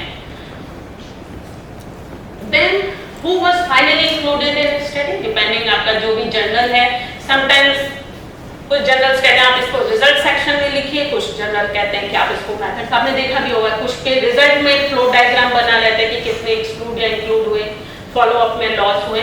ये जैसा जर्नल कह रहे हैं, सो इंडिकेट द नंबर, जैसा अभी सर ने दिखाया उसी हिसाब से कि who were screened, रिक्रूटेड थे हमारे, excluded because fail to meet the others, refuse participation. आप आरसीटी कर रहे हैं, उसने रिफ्यूज कर दिया, लॉस टू फॉलो अप हो गए आपके उसमें. Data is not available, not included. Total अभी डॉक्टर रतन दिखा रहे थे कि अंत में जाकर इतने नंबर हो गए, तो एक्सप्लेन कर दीजिए कि आपने 600 लिए थे टोटली और नीचे आपके अब 350 ही क्यों आए। अदरवाइज तो आपने लिखा है कि हमने सैंपल साइज वो 650।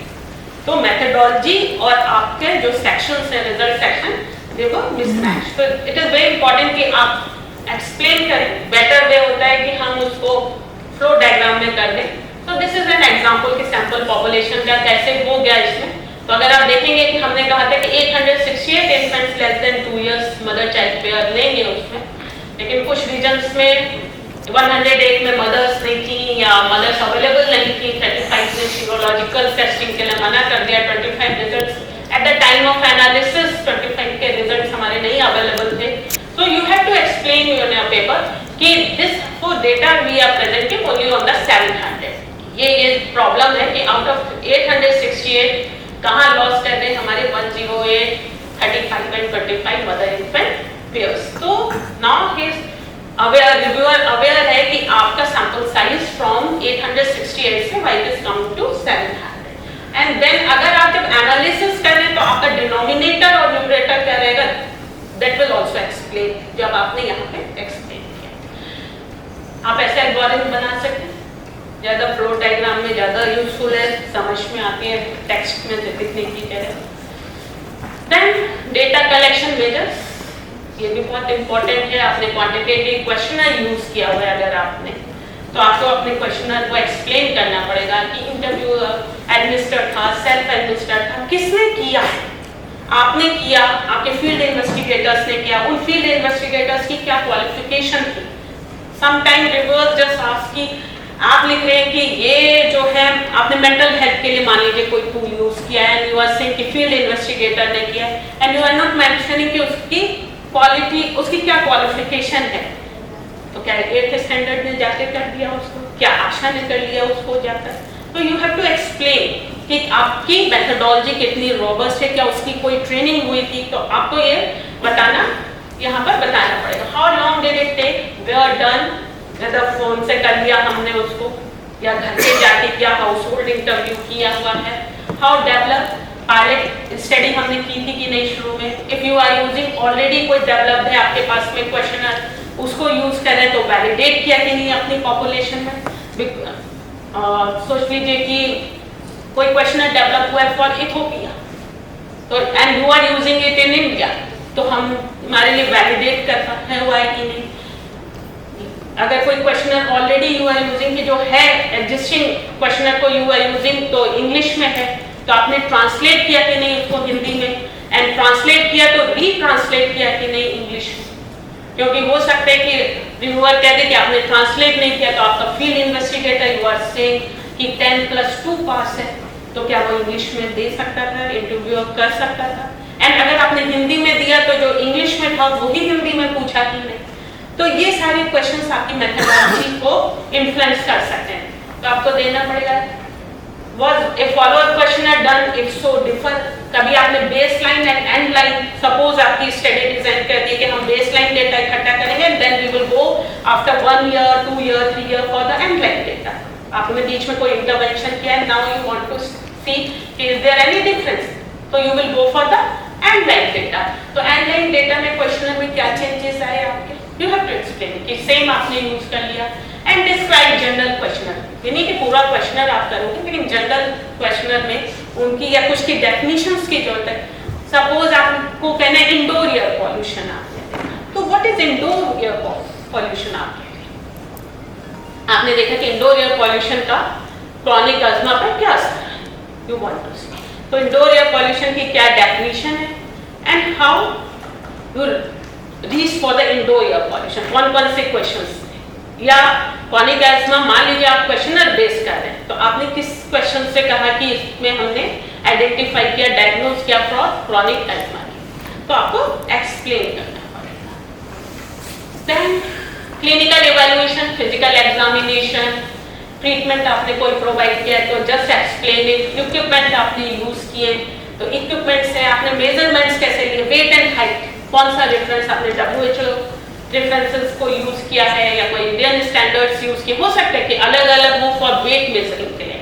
सिंपल इनफेक्शन पेंटोमीटर आपने यूज किया है, क्या उसमें जीरो एरर था, क्या यू हैव टू, आपने वैलिडेट कैसे किया, कैलिब्रेट कैसे किया, these are two different things. तो आपने वैलिडेट कैसे अपने इंस्ट्रूमेंट को किया, आपने ग्लूकोमीटर यूज करें, कैलिब्रेशन कर रहे हैं कि नहीं, वैलिडेट कर रहे हैं कि नहीं उस ग्लूकोमीटर के लिए, तो आपका इक्विपमेंट को you have to explain and then include only those measurements that are ultimately presented in the result. Suppose you are doing a study BMI पे भी किया, hemoglobin पर भी किया, आपने कुछ और टेस्ट भी किए, तो आप just अगर you are putting only BMI results in your paper, then put only BMI in the methodology. आप hemoglobin किस तरीके से क्या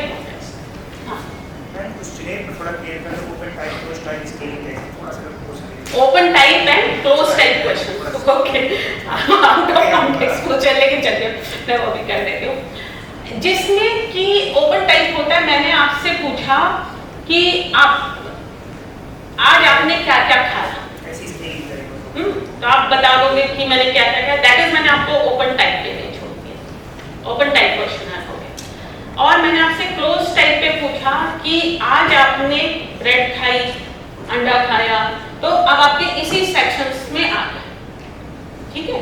जैसे मैंने कहा आज आपने ब्रेकफास्ट में क्या लिया, ओपन एंडेड हो, अब आपने जो भी ब्रेकफास्ट में, आज आपने ब्रेकफास्ट में अंडा लिया, ब्रेड लिया, जूस लिया, चाय ली, दैट इज क्लोज। अब कोई और चीज भी हो सकती है, आप ब्रेकफास्ट के लिए बहुत सारी चीजें बता सकते थे, यहाँ मैंने आपको चॉइस दे दी। इसको ओपन एंडेड बनाने के लिए अदर्स स्पेसिफाई करते थे कि आपने इसके अलावा भी कुछ लिया, ठीक है। तो आप हम लिखेंगे ब्रेड खाई, समोसा खाया, मैंने जूस पिया, अदर्स स्पेसिफाई, तो मैंने 1 चम्मच च्यवनप्राश भी खाया ब्रेकफास्ट, वो आपके इसमें। तो क्लोज मींस आप क्लोज हो गए, उसी उसमें रहेंगे। ओपन आप अपने मन से लिख सकते हैं, आज मैंने गुजराती थाली खाई, गुजराती थाली में ये चीजें खाई, तो हर के अपने अपने फायदे और नुकसान है।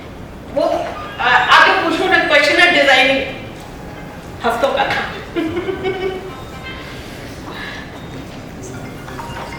Data collection tools and techniques describe how data were collected.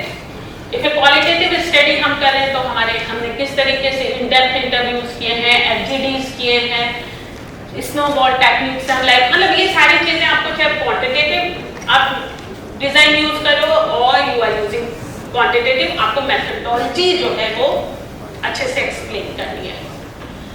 Then intervention, जो भी आप करेंगे उस इंटरवेंशन को एक्सप्लेन करेंगे।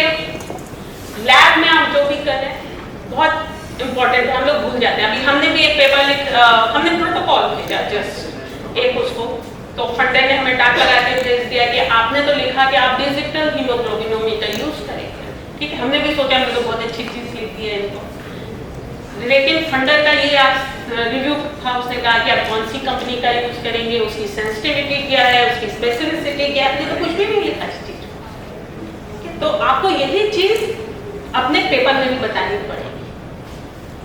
तो आप कौन सा कर रहे हैं, कौन सा मैन्युफैक्चरर है, किस कंट्री का है, रेफरेंसेस है, अगर आप कोई एक्सपेरिमेंटल टेस्ट यूज कर रहे हैं, किस लैब ने बनाता है। अब हमने कहा कि हमने जो है एक जो प्राइवेट लैब थी उसमें जाके काम कर लिया, काम होना था BS4 की लैब में, तो नहीं हो सकता है। तो कितनी ऑथेंटिसिटी है about your data, that will जो है वो आपका मेथोडोलॉजी बताएगी। And then indicate where perform, may need to indicate parameters for a positive test, वो एलाइजा आपने दिए फॉर HIV सर्विस, जो आपके वो आपको यहाँ पे आपने जो भी मेथोडोलॉजी ली है उसको वेल एक्सप्लेन कीजिए, कि वो हमेशा ध्यान में रखिए कि वो रेप्लिकेट करेगा। हम लोग क्या करते हैं, मेथोडोलॉजी सेक्शन बहुत ध्यान से पढ़ते हैं कि इससे कैसे कैसे की है, क्या मैं ये सैम्पलिंग ठीक कर रहा हूँ, क्या मैं ये सैंपल साइज, आप उसी पर बेसिस पे तो अपना काम शुरू करते हैं कि अच्छा इसने ये प्रॉब्लम की, इसके में ये थोड़ा सा गैप था, फ्लॉ नहीं कहूँगी, गैप था उसमें, हम इसको करते हैं। मान लीजिए उसने सहलीज से किया है, मान लेते हैं हम कहते हैं नहीं हम डिजिटल से करेंगे, हम कुछ और चीज नई टेक्निक आ गई है उसको यूज करेंगे, तो ये सारी चीजें उसमें बताना जरूरी है। So this is an example, हम लोग इसको करते हैं। फिर डेटा एनालिसिस, स्टैटिस्टिकल, सारे हम लोग कितने क्लिनिशियन या पब्लिक हेल्थ में लोग हैं स्टैटिस्टिकली चैलेंज, तो जैसे ही आप when you are writing your paper वो प्रोटोकॉल, स्टैटिशियन को तभी ले लीजिए। ये मत सोचिए कि लास्ट टाइम पे आते हैं, हमारे स्टेट वाले बहुत परेशान हो जाते हैं। लास्ट टाइम कहेंगे बस आप इसमें पी वैल्यू निकाल दीजिए, बस पी वैल्यू बता दीजिए या सिग्निफिकेंट लिख दीजिए, बस हम वही चीज नहीं। जब आपने स्टडी अपने दिमाग में पैदा किए, वर्क दिया है जिस टाइम पे अपने रिसर्च क्वेश्चन को, आप just consult your stats. Lucknow university में एक स्टैट्स वाले हैं and he is very senior, तो रिटायर्ड है। अगर आप उनके पास में उस टाइम पे जाएंगे तो अपने कमरे से चैम्बर से बाहर निकाल देंगे कि चले जाइए। जब आपने जिस टाइम पे आपने उसको शुरू किया था उस टाइम पे आपको मैं याद ही नहीं आया था। अब आप डेटा लेकर आ गए, सर रिजल्ट दे दीजिए, कल पेपर कॉन्फ्रेंस के लिए भेजना है मुझे। सो वेरी इंपॉर्टेंट कि आपका स्टैट्स पर्सन जो है उसको खुश रखिए और उसको इन्वॉल्व कर लीजिए पहले से। Discuss where and into what software was entered, where and how clean, where analyzed. This is very important. आपने किस में किया? आपने एक्सेल पे एंटर किया, आपने एक्सेस पे एंटर किया, आप उसको लेकर गए SPSS पे, स्टेटा पे, जिस पे भी आप लेकर गए अपने डेटा को देखा एंड कहाँ पर आपने इसको एनालाइज। तो जब ऑथर्स कंट्रीब्यूशन आएगा तो स्टैट्स किसने लगाई है आपको उसके कंट्रीब्यूशन में बताना होगा। ऊपर जो आपने लिखा है, सो data were entered on site. हो सकता है कि आप मल्टी सेंट्रिक स्टडी हुआ तो आपने डेटा एंटर करके नहीं भेजा, आपका जो डेटा है वो सीधे, आजकल तो अलग टेक्नोलॉजी है ना, आप डेटा फील्ड में एंटर करते हो सर्वर के थ्रू आपके दिल्ली सेंटर पे पहुंच के, जो मेन सेंटर है। तो आप नहीं लिख सकते हो कि data entered here, TS Mishra में नहीं एंटर हुआ डेटा, डायरेक्टली जो है वो हमने कलेक्ट किया, डायरेक्टली जो है वो सर्वर से डाउनलोड हो गया दिल्ली सेंटर पर एंड इनटू एक्सेस, जहां पर भी आपने किया एक्सेल पर किया, MS एक्सेस पे किया, then it transfer to SPSS, आपने क्लीन किया एक्सेल पर। तो कैसे क्लीन किया, क्लीन करने में अगर आपको कुछ स्पेशल प्रॉब्लम्स आए तो वो भी यहाँ पर आपको मेंशन करने पड़ेंगे and then transfer to SPSS and evaluated for range और लॉजिक चेक्स, जैसे क्लीनिंग आपने किस तरीके से की वो सब यहाँ पर आप एक्सप्लेन करेंगे। देन डेटा एनालिसिस में appropriate statistical test in order of use and presentation, how data were analyzed, univariate, bivariate, stratification आपने कैसे किया, सब group analysis if you are doing, analysis of potential biases आपने कैसे अपने डेटा में किए। You have to mention all these things कि participants versus non participant, जो कि loss to follow up हो गए या जिन्होंने refuse कर दिया, that उनकी एनालिसिस करना भी बहुत important होता है। Then ethical consideration. This section is usually at the beginning or end. जैसा भी आपका जर्नल कह रहा हो उसको आप इसमें लिखेंगे। अप्रूवल आपकी IRBs से मिला है कि नहीं, जैसे अगर मिला है तो number, they ask for number. अगर आप भूल जाएंगे तो आपका पेपर इसलिए वापस आ जाएगा कि अपना IRB नंबर दीजिए हमारे। So अगर ह्यूमन सब्जेक्ट्स हैं, if समझिए कि there are no human subjects, आपने कुछ इस तरीके से स्टडी की है या आपने सेकेंडरी डेटा किया हुआ है, हमने ऑफिस में जाके, गवर्नमेंट ऑफिस में जाके कोई डेटा हम यूज कर रहे हैं तो कोई ह्यूमन सब्जेक्ट तो नहीं हो इन्वॉल्व वहाँ पे। In that case you will write कि आपकी एथिकल कमेटी ने कहा कि क्यों कहा कि you don't need this ethical approval from us, तो जस्ट वहाँ पर हमको बता दीजिए। अदरवाइज आप इसमें लिखिए एंड एक्शन टेकन कि आपने रिटन कंसेंट दिया, अगर बच्चा है लेस देन 14 इयर्स है तो आपने उसके सिग्नेचर ऑफ गार्जियन लिए, उनसे असेंट लिया, किस तरीके से आपने लिया, just explain it 1 or 2 line here. So ethical consideration is very important. So use active voice, सुबह सर ने बताई दिया इसमें, edit protocol, turn future tense into past. तो आपने प्रोटोकॉल में अपनी मेथोडोलॉजी तो फ्यूचर विल टेक इस तरीके से लिखी होगी और जब आप अपना रिजल्ट लिख कर रहे हैं at time you are writing your paper, आप कर चुके हैं, तो now you will write your methodology in a past. तो फ्यूचर को बस जस्ट इजी है कि पास्ट टेंस में चेंज कर दीजिए। Structure the section into appropriate subheadings, ensure methods are presented for all objectives and results. जितने आपने लिखे तो सबकी मेथोडोलॉजी बता दीजिए, अगर 2 ऑब्जेक्टिव्स आपके अलग अलग मेथड्स या इंस्ट्रूमेंट यूज करते हुए या कोई चीज है, and quote only the key references that describe the methods. Don't say, don't use passive voice. Provide नहीं कर रहे हैं रिजल्ट्स। बहुत सारे लोग रिजल्ट्स लिखने लगते हैं। Don't provide excessive details on information and list every, जैसे मैंने बताया कि हमारे अगर 20-25 क्वेश्चंस आ जाए योर क्वेश्चनर, तो सबको एक्सप्लेन करना इट इज नॉट इम्पोर्टेंट। जो आपको लग रहा है रिजल्ट सेक्शन में स्पेशली जो आ रहे हैं उन वेरिएबल्स को यू डिफाइन। सो रेसिपी है ऑर्गेनाइज्ड ऑर्गेनाइज्ड ऑर्गेनाइज्ड, स्पेसिफिक होनी चाहिए आपकी एंड क्लियर, रेप्लिकेट कर सके। This is the message from the method section. तो जब भी आप मेथड सेक्शन लिखे तब सोचिए कि आपके किसी पर्सन को, घाना में बैठे पर्सन को आपकी स्टडी रेप्लिकेट करनी है, तो you can easily replicate your study.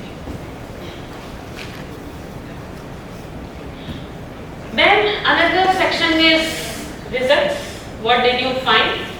तो हमारी बहुत सारी बार बार कोशिश होती है कि हमने जितना भी लिखा है सब रिजल्ट में कितने अच्छे रिजल्ट्स आए, you want to put all this in your papers. लेकिन ध्यान रखिए जो आपका प्राइमरी आउटकम था इस स्टडी का, जो आपने सोचा हुआ है अपने ऑब्जेक्टिव्स पर, आपने इंट्रोडक्शन में अपने ऑब्जेक्टिव्स कर लिए।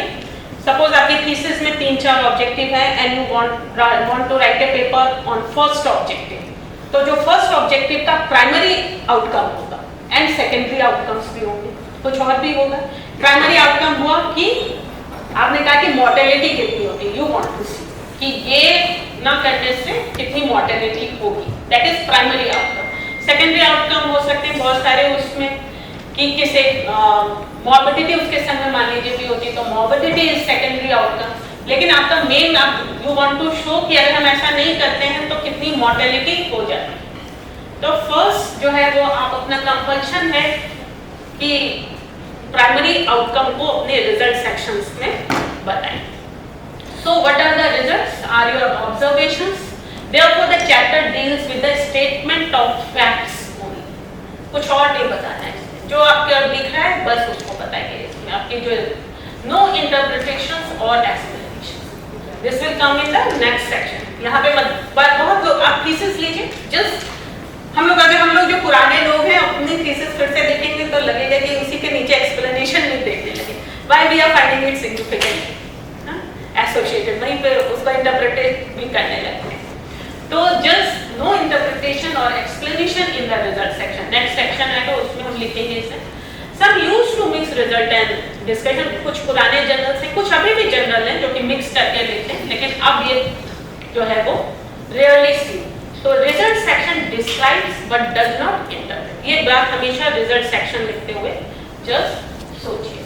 सो कंटेंट में analyse data, present them in the form of a graph, table और टेक्स्ट, कंसाइज होने चाहिए, प्रोवाइड ए कॉन्टेक्स्ट। इसमें नेचुरली आपकी हाइपोथेसिस है, उसी के बेसिस पे आप अपने रिजल्ट्स को देंगे। यहाँ पे डिस्क्राइब सिग्निफिकेंट रिजल्ट्स, ऑब्जर्वेशंस।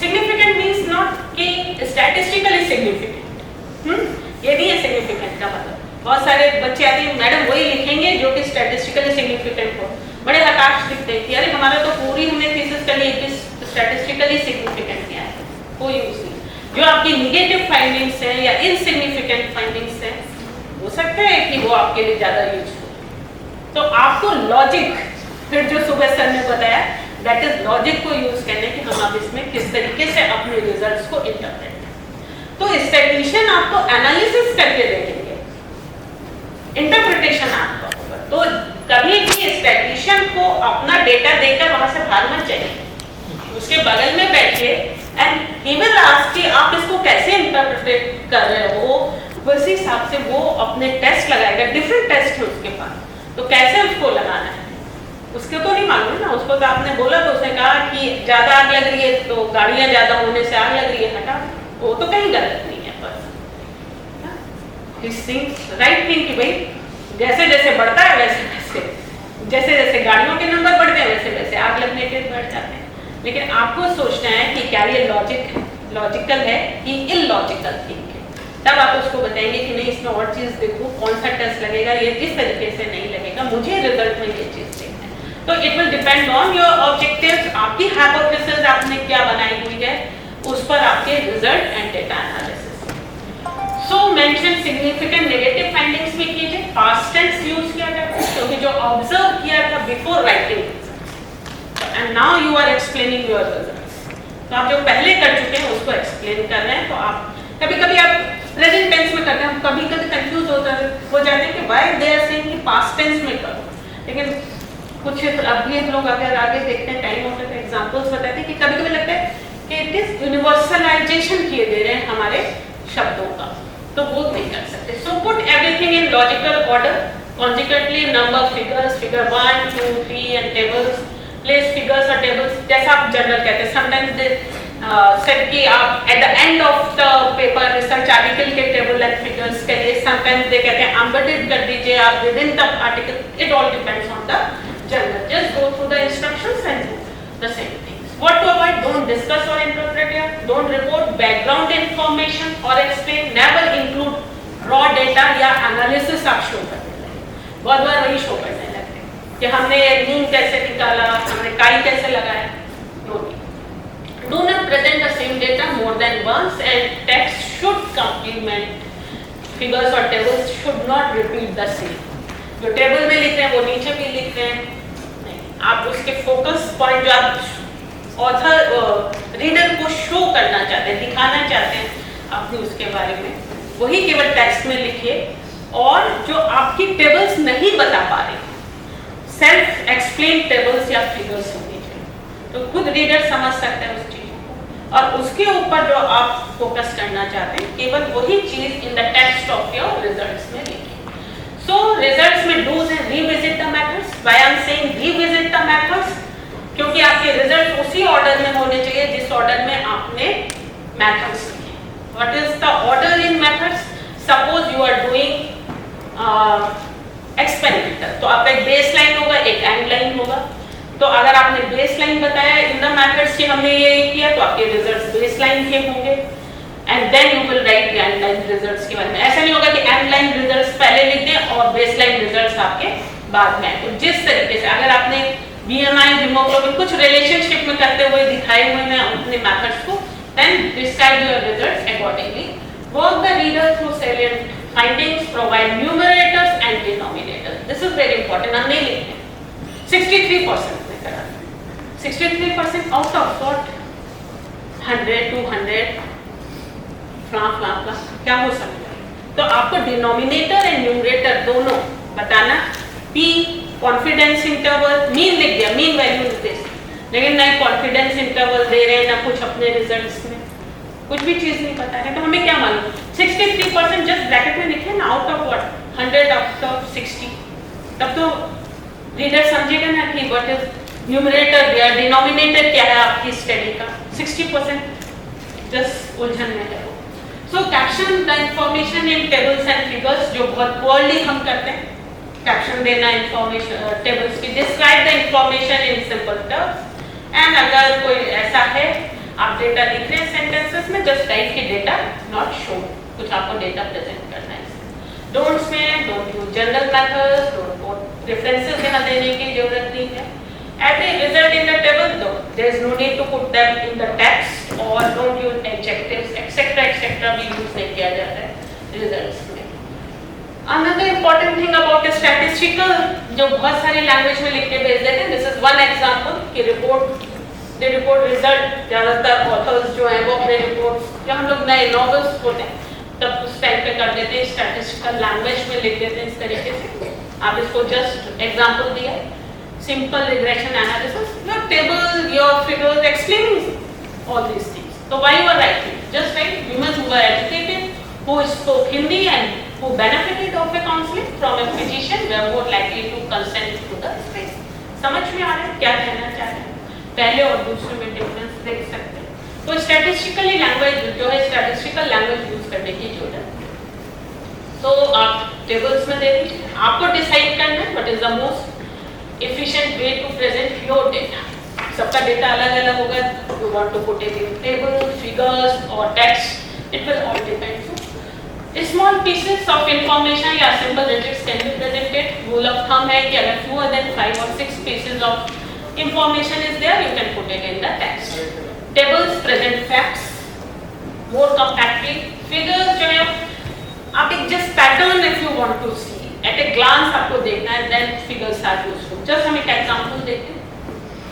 एक ये है causes of infection hepatitis by month of onset in Kanpur 1996। तो देखिए पूरा जस्ट फर्स्ट अगर हम देख लें तो फिगर को किस तरीके से उन्होंने सब बता रखा है, एक्स एंड वाई सबके लेबलिंग के लिए। टाइटल आपको वेल एक्सप्लेन है कि 96 से 97 के पीरियड में देखा है, कानपुर में है, कॉज ऑफ इन्फेक्शन हेपेटाइटिस है, एंड जस्ट यही डेटा इसमें भी है। तो now it depends on you कि आप किस में देखना चाहते हैं अपने डेटा को। आप डिजिटली भी वो डेटा दे सकते हैं इन द टेबल फॉर्म, और आप जो है ये भी दे सकते हैं। तो आप जस्ट देखिए, सोचिए कि किस फॉर्म में आप अपने डेटा को एक्सप्लेन करना चाहते हैं। It all depends on you. लेकिन जब भी आप बनाए वेदर ग्राफ, टेबल, कुछ भी आप फिगर्स दे रहे हैं तो जस्ट लेबल करना बहुत इंपॉर्टेंट है। विदाउट लेबलिंग 4 टेबल्स होंगे आपकी। सो टेबल्स आर रिलेटिवली इजी होती हैं लेआउट करने में। टेबल्स इट डिपेंड्स कि आपको चाहिए भी कि नहीं, how many tables you need. Generals बोलते हैं आपको 4-6 टेबल्स आप ले सकते हैं, 1-2 फिगर्स ले सकते हैं। तो just comply the orders and what order sort of information आप देना चाहते हैं, how many columns या rows you need। use table function आप word में करते हैं तो formatting के लिए मत यूज कर लीजिए उसको, formats के लिए just आप set out your tables you can use, and spaces and tabs मत यूज कीजिए, otherwise जनरल वाले बुरा मान जाते हैं।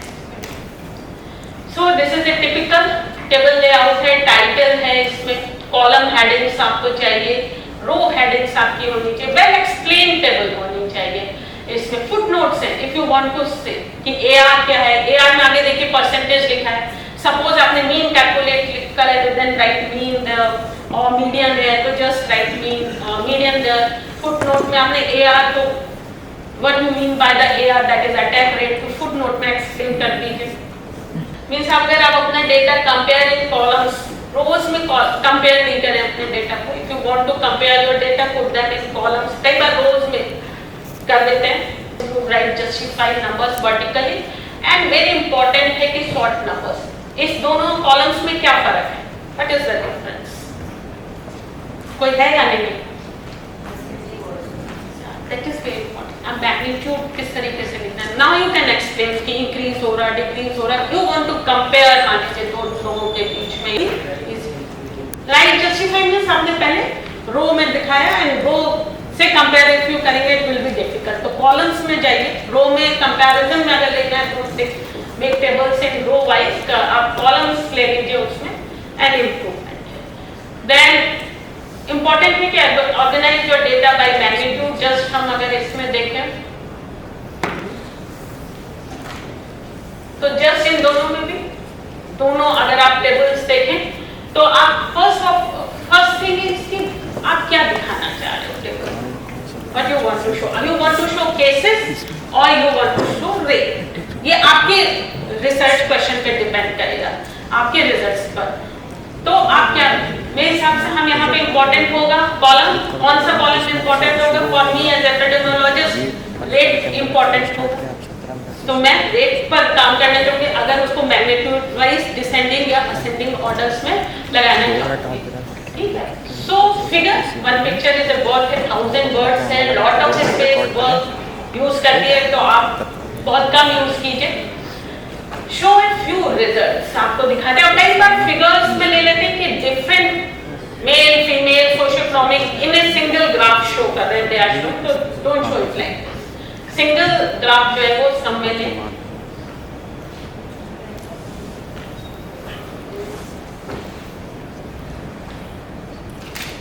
So all elements on a graph must be justified. Eliminate distracting non-essential elements से आपके secondary axis, grid lines। फिर आप एक जस्ट हम लोग एग्जाम्पल देखें, इससे आपको क्या लगता है? It is a good graph or a bad graph? And if you are saying it is a bad graph, why it is a bad graph? और इससे better way क्या हो सकता है इसको explain करें? Can anybody? कोई ट्राई करेगा इसको?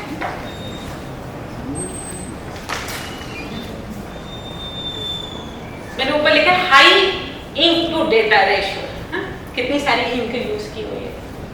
वैसे लेनो की लैंग्वेज में तो जनरल अपनी ज्यादा इंक नहीं यूज करना चाहता है। हम दूसरा देखते हैं इसका। अब आपको क्या लगा यही देखा? ओ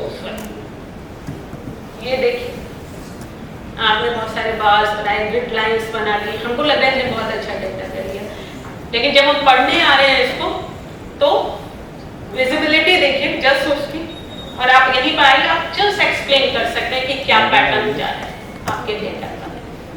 तो बहुत सारा, तो आपको देखें लुक इनटू डेटा रेशियो जो है वो आपके ग्राफ में लगाओ, बहुत सारे वो आपको देंगे कितना रेजोल्यूशन होना चाहिए आपके फिगर्स का, ब्लैक एंड व्हाइट कलर, बहुत सारी चीजें हैं, यहाँ मैं नहीं कर रही हूँ सबको, लेकिन ग्राफ बनाते वक्त हमको बहुत अच्छा लगता है कि we are giving figures, graphs दे रहे, टेबल्स नहीं बना रहे, my paper is something different from others, लेकिन समथिंग फ्रॉम डिफरेंट अदर्स नहीं होना चाहिए कि रिजेक्शन हो गया।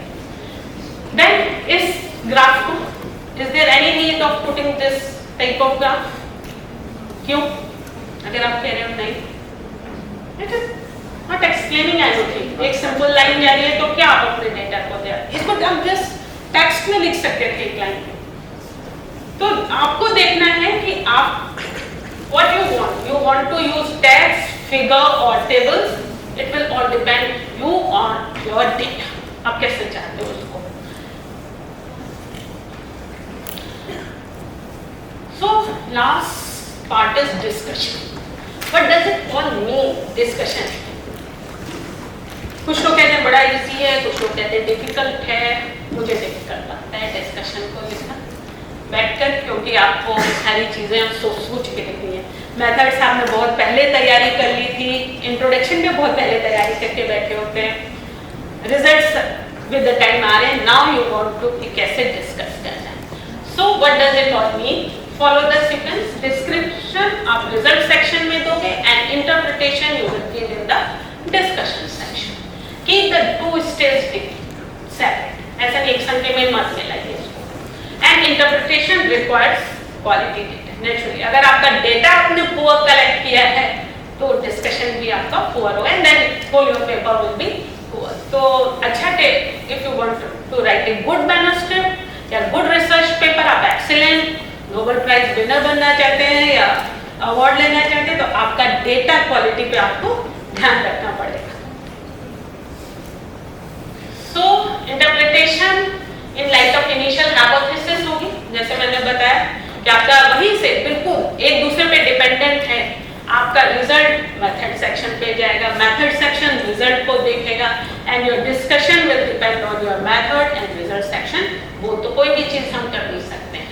So analysis look at the information to test hypothesis. It is difficult to interpret data unless initial hypothesis we have formulated, and data are always interpreted in the light of initial hypothesis and question. तो जब हम लोग कह देते हैं इस study ने ये कहा, इस स्टडी ने ये कहा, बस हो गया। आपकी हाइपोथेसिस कैसी थी, उसको सपोर्ट कौन लोग कर रहे हैं, आप उसको रिफ्यूट किस तरीके से आपका डेटा कर रहे हैं, and what your scientific knowledge is saying about your results, वो भी आप इसमें डालेंगे। So how do we report summary of findings without quantified detailed result? तो मेन आपको फोकस करना है जिस पर आप वो पेपर लिख रहे हैं, उसको first paragraph of your discussion होना चाहिए। जस्ट समरी आपने दे दिया कि you want to focus, that will depend on your objective और ऑन योर हाइपोथेसिस, उस पर आप देखिए इसको। देन मेकिंग पॉइंट्स, यानी कि डिटेल में सारे रिजल्ट्स वहां पे लाके लिखने हैं, आपको जो लग रहा है आपके उसमें that day. Then first point, second point, potentially third point आप जा सकते हैं, तो what was found first paragraph में जाना चाहिए। Then what can be said, अब आप दूसरों ने क्या कहा, मेरा क्यों रिजल्ट आ रहा है, why my result is different from others, why my result is similar to others, you will write all this things in this. Then limitations क्या है, but can not be said, आपकी सैम्पलिंग में problem है, आपके instruments में है, मान लीजिए आपने कहा कि उसने ये इंस्ट्रूमेंट किया था and I'm using this instrument, there are some limitations with my instrument, just explain it, so put truth there. And then last paragraph is for conclusions and recommendations. So discussion को हम देखें, results, facts and figures देकर आपके पास में हो गया। Recommendations proposed on the basis of the conclusions point made on the bottom. तो results जो है अब हम देखें, it works like a bridge. Result से आप कंक्लूजन या रिकमेंडेशंस के लिए जा रहे हैं, तो discussion will work as a bridge for your paper. यहाँ पर आप अपने फैक्ट्स एंड फिगर्स को इंटरप्रेट करेंगे।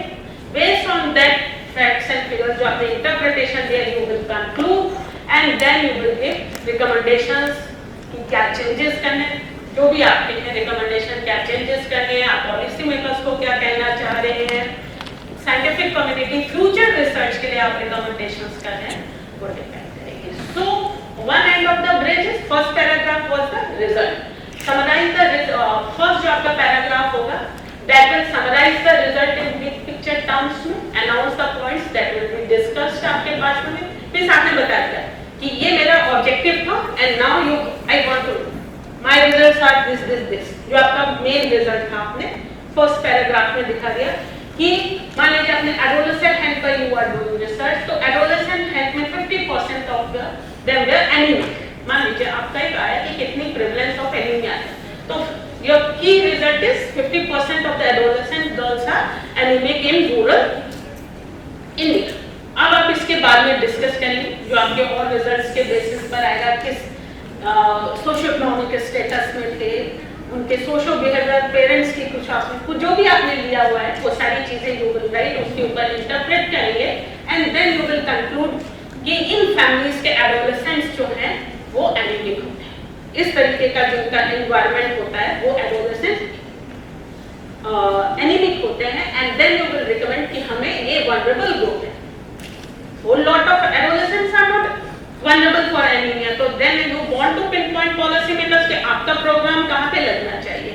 then you will say कि मेरे रिजल्ट में ये कंक्लूड किया है, now recommendation is कि रूरल एरिया में जो आउट ऑफ स्कूल गर्ल्स हैं उनका तक हमारे प्रोग्राम की we are not reaching those girls. मान लीजिए आपने एक स्कूल के लिए प्रोग्राम चलाया था but we are not reaching for out of school girls, तो हमारा प्रोग्राम अब वहां पर होना चाहिए। That will be your recommendation. तो ये ब्रिज बनाना है।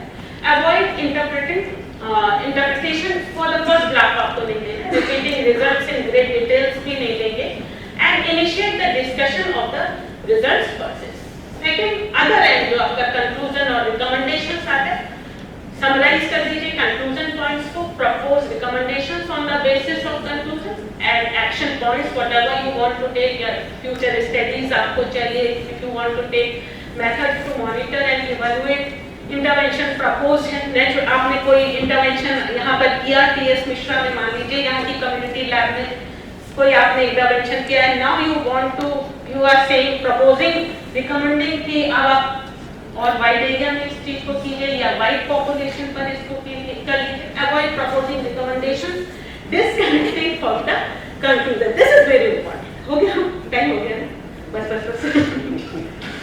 सो proposing recommendations, disconnecting from the conclusions, that is important. मिस और रिकमेंडेशंस मत दे दीजिए जो आपने रिजल्ट में देखा ही नहीं, देते हैं लोग। हाँ, तो ये ध्यान दीजिए, repeating results without adding a layer of this is about all the discussion। हम लोग क्या, मैं यहाँ पे ले दे रही हूँ लेकिन कि मेरे टाइम काफी ले लिया। एक जस्ट एक स्लाइड बस बताती हूँ। दिस इज कि bad description, data description, results and data interpretation discussion आप कैसे करेंगे।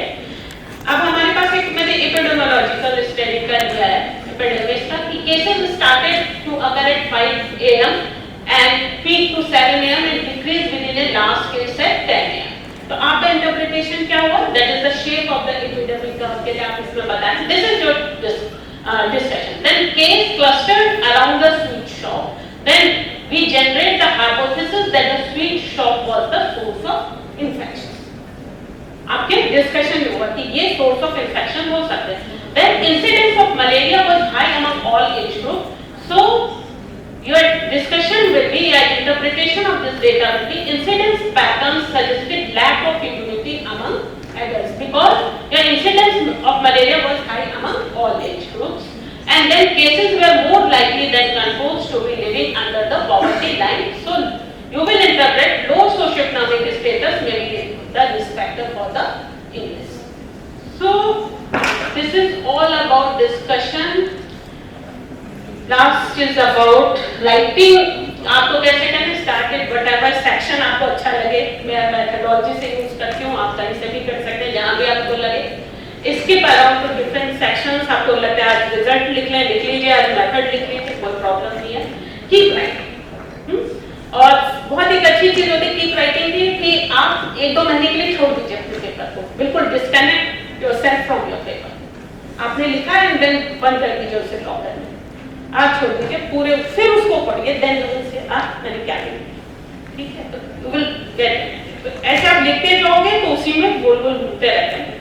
आप उसको करके 1-2 महीने के लिए रख दीजिए, फ्रीजर में डाल दीजिए and then again after 1 to 2 months उसको रीविजिट कीजिए your paper, then you will get idea कि मैंने कहाँ पे गलती कर दी है। Revision, work on content first, then structure, then style. तो कंटेंट अपना पहले पूरा देख लीजिए आ गया कि नहीं, गेट फीडबैक। तो वैसे हम लोग ये कह रहे हैं circle back to writing as. So this is all about sources हैं, आई नो सभी लोगों को sources. Thank you, ma'am, for such a crisp and valuable session.